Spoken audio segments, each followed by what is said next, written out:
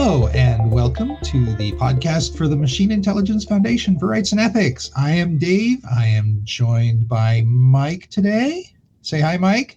Hi there. I could say hi, Mike, but that's bad joke. Exactly what I expected you to do that.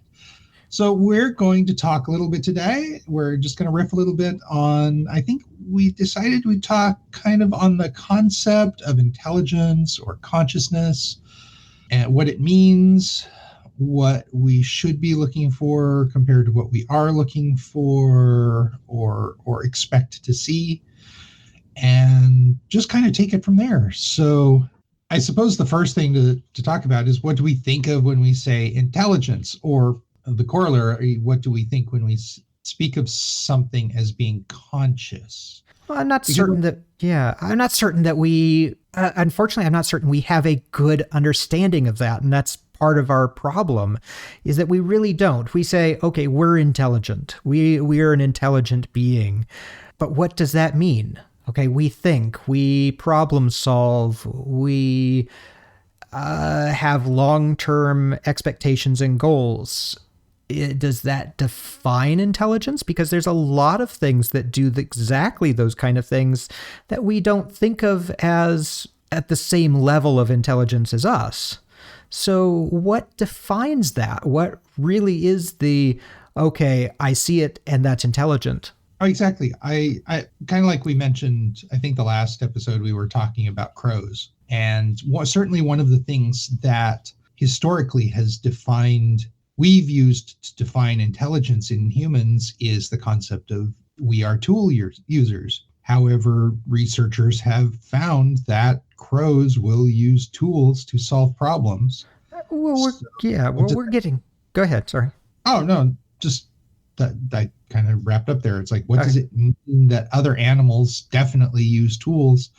Does that seems to, if not totally invalidate, at least limit the usefulness of our definition of humans as intelligent because they use tools. Yeah, as we go further on, we're seeing a lot of animals use tools.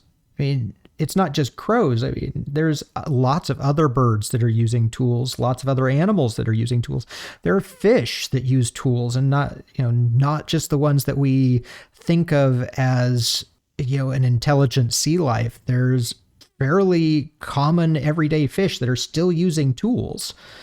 So tool use has become this, as you said, it was for a long time the major defining factor of, okay, this is intelligent because they use tools, but we're finding all sorts of animals that use tools all the time. I was actually thinking about precisely this topic. I don't recall how it came up. I was listening to some sort of podcast, and the thing that occurred to me was, and again, this is certainly subject to change, what does define humans is we will use tools to create tools. And I think in general, it's kind of there's an iterativeness to human intelligence that I don't think we've seen in the rest of the animal world yet. And I guess you would more generally define it as creativity. I don't know that might be too broad of a word too, because you could say any tool use is creative because it's using an additional elements to solve a problem, which is probably fits within the realm of creativity. But the idea that I am using this tool not to solve a problem, but to create a solution to a problem. I'm not sure that's right. I'm using a tool to create a tool to solve a problem, or I am doing something so that in the future I will be able to do something. Yeah. I think that's it. Maybe it's planning. Planning is a tough one, because certainly you could even say a squirrel plans just fine. It stores its nuts and plans for a long winter and knows that it can go back and dig them up later. Planning isn't so much the issue. Creating something, to take your point, creating something that can then create something else. Deferring the deferring the immediate reward, deferring your reward is really what you're looking at there.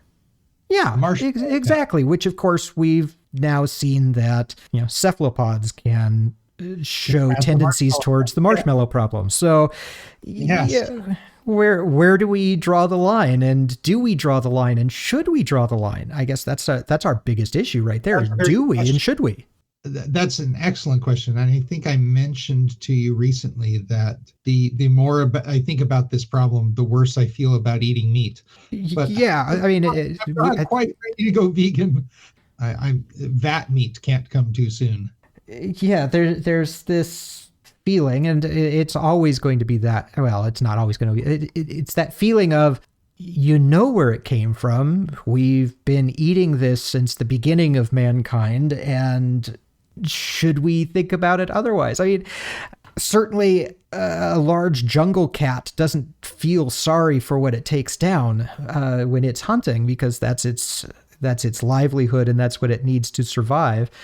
As we progress technology-wise and such, the need for certain things to survive stop being the issue. And we need to constantly look at ourselves and say, okay, where is the point where we make that judgment to say that also is an intelligent creature, and maybe we need to think about that. But, that gets down an entire different road. Well, not necessarily a different road, but am I vegan? No, I'm not vegan. I enjoy my steak, and that might, offend some people, but, it's tasty, and I'm looking forward to having tasty without having the moral obligation to think about it every time.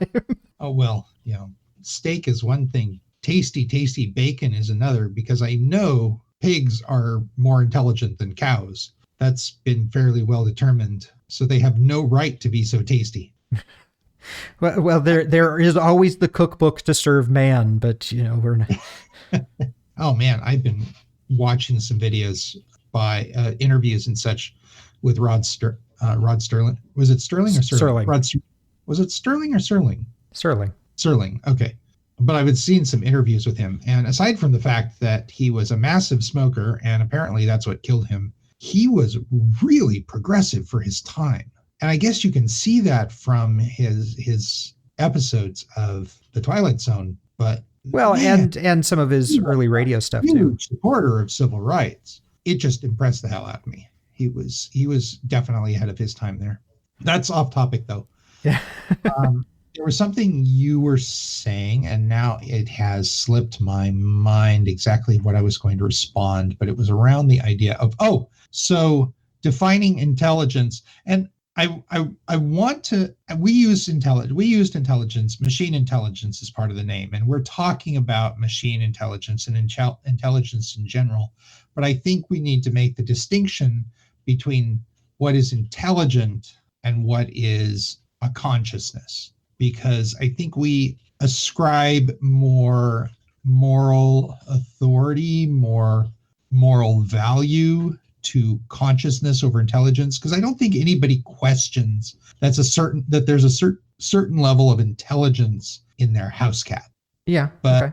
That doesn't necessarily mean I have to give my house cat the right to vote. Well, I will tell you, I think my house cat would much prefer if she could vote on many things, but that's another matter. And she might claw me if I don't give her some of those voting capabilities. But no, I understand your point.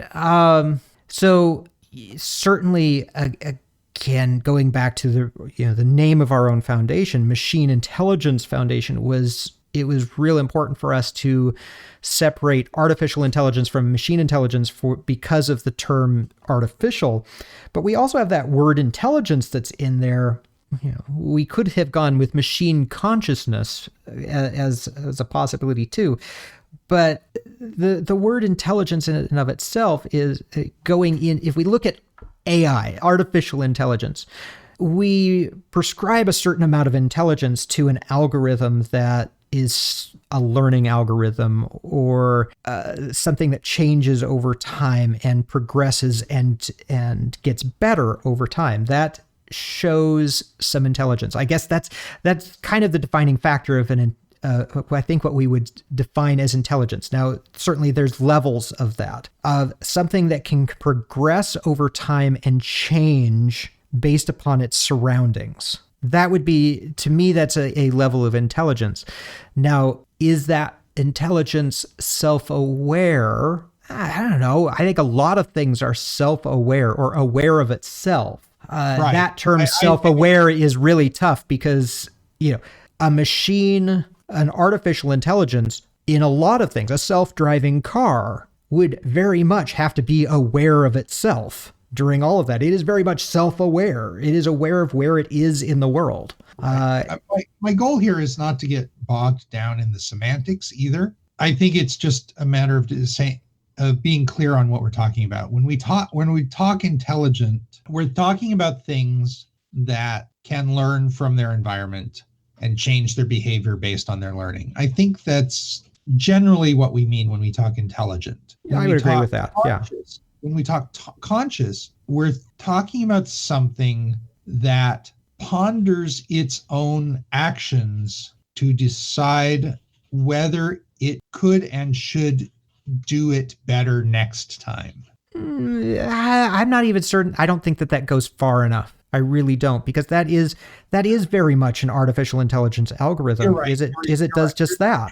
I suppose you make a good point. So where do I mean? So, okay, to go back to your big cat analogy you had just a moment ago, your big cat doesn't feel any angst over the fact that it has to kill another animal to live. Do we define consciousness by the fact that an entity considers the moral consequences of its actions? Wow. I mean, that's a tough one, because the whole, without getting into some really heavy, heavy thought here that we would never be able to get out of, because it is such a rabbit hole. It's dangerous, I think, to assign consciousness to a moral endpoint, because we are mirroring our own moral views onto something else. Well, I think there's a difference between tying consciousness to a specific set of morals, because I don't think you can get two human beings to agree on a specific set of morals. I think a specific set. There's going to be key morals, I think, that you could get some human beings to agree on. I mean, most human beings. It's going to be really limited. Yeah, it is going to be really limited. It's very limited, because there's so many nuances of morals. But if you boil down to some really key elements, and you might even only be able to count it on one hand of the things that humans in general could agree upon most of the time, that these are bad things or good things or something like that from a moral standpoint. Honestly, I think what you're talking about are precisely the things that we're saying we need to apply to conscious machines. I would agree with that. Of conscious machines, that if we are looking at integrating ourselves and a conscious machine together, in a shared environment, in a shared society, then we have to have these things in common. Sure. And that's good. However, I don't know that those moral precepts specifically define consciousness. No, and I don't think it does. And I think that it's dangerous to say that that's what defines consciousness. It's important to have it in, I think, a machine consciousness that we are going to interact with, but may not be something that says this defines consciousness. If you were to take an extraterrestrial life form that evolved in a completely different environment and a different direction than we did, it's dangerous to associate those moral stop points, I guess, to something else. Now, whether or not we need to interact with them on a long-term basis, then yes, we might say we have to have those in common for us to be able to coexist.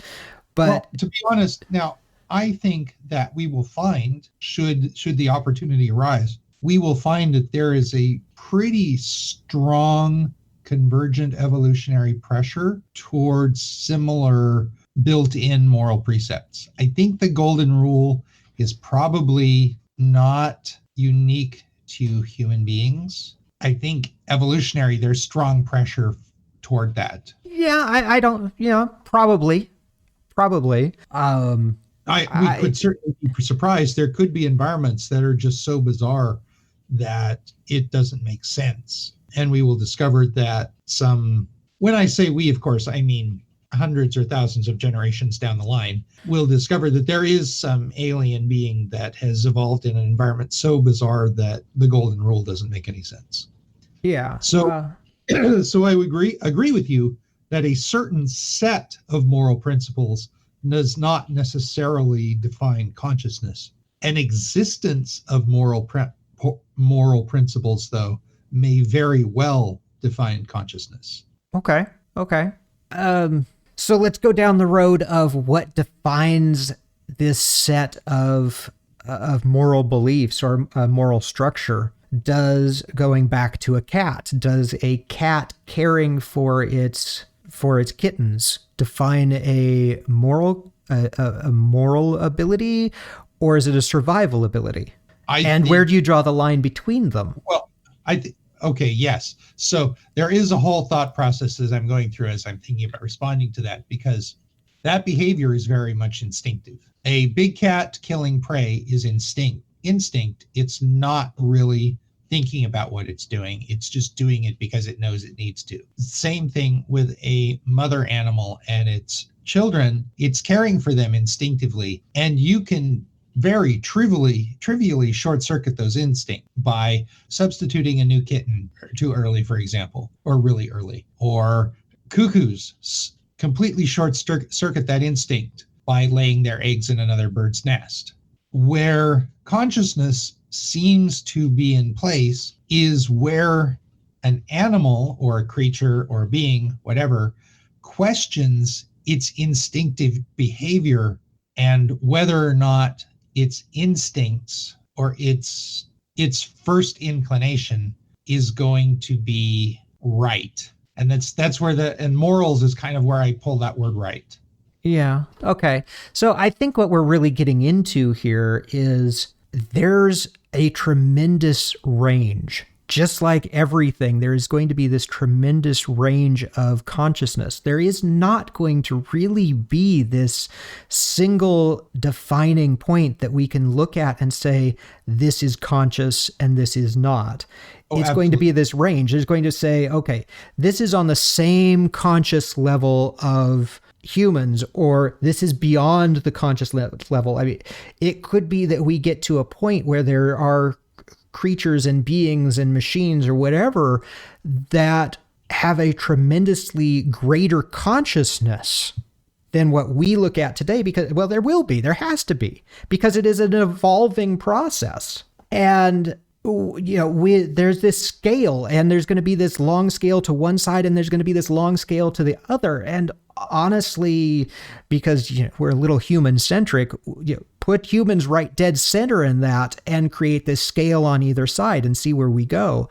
I think in defining consciousness, and maybe it's one of the things that we have to look at in our own foundation, is at some point in time, do we look at things and create this scale of consciousness and say, okay, this is human level consciousness. Now, we certainly know of certain animals, and we know their conscious level. We would still look at them and say they pass certain tests. Now, those were defining tests, a black and white, conscious, non-conscious type tests. And I think one of them was like the mirror test of, looking in a mirror and recognizing that it's yourself and not something else.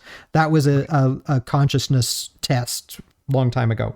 And so we look at that and say, okay, there's certain levels of consciousness that we would consider below us, but still conscious. They still plan. They still have, to some degree, a moral belief. I would say a cat still has some moral belief in there, because they do kind of adopt families. I mean, how else would they be house cats if they didn't adopt a family? And they'll come up and I mean, they'll groom their owners. So I mean, there's a certain level. I mean, that's again back to instinctual. I know, but Right. Yeah. And again, that whole you're short circuiting the instinct. yeah, but I think Because I again believe that research determined that cats look at human owners as basically other cats, but in a certain hierarchical role in society. yeah. So, but again, then you're basically coming around to the whole Chinese box or Chinese, what is Chinese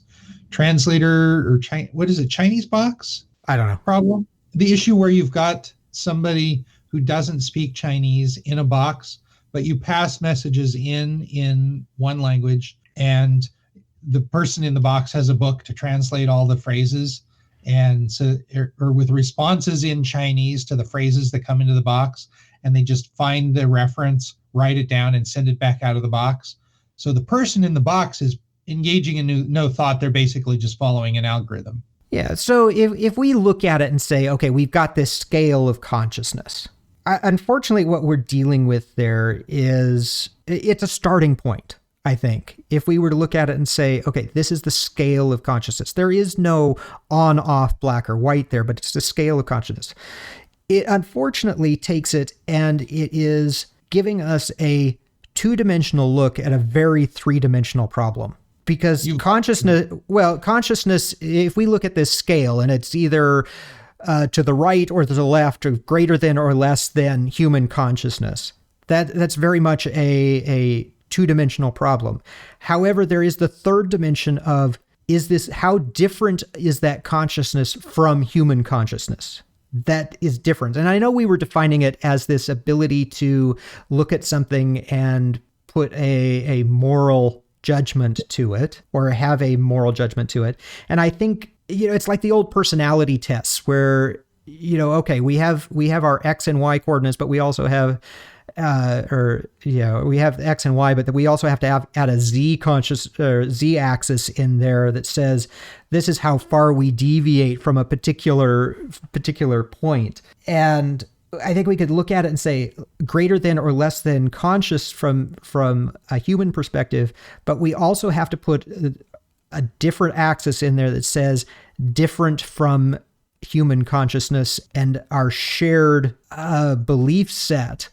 And the closer it becomes to the human consciousness, the easier it is for us to interact with it. Yeah, I don't want to dive down the semantic well with you. I honestly think there probably is a way to look at consciousness as a binary, but it may be a different definition of the word. I mean, we're not going to define consciousness here. We're not going to explain consciousness here.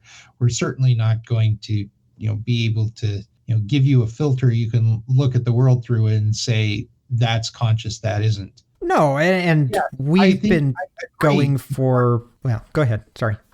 I'm inclined to say that I think whether or not something is conscious from the perspective we care about it is pretty binary, but there is a 3, 4, or more dimensional array of issues defining intelligence in a conscious being. Ways in which consciousness can arise, ways in which consciousness is going to express itself, and the rules that a consciousness will follow.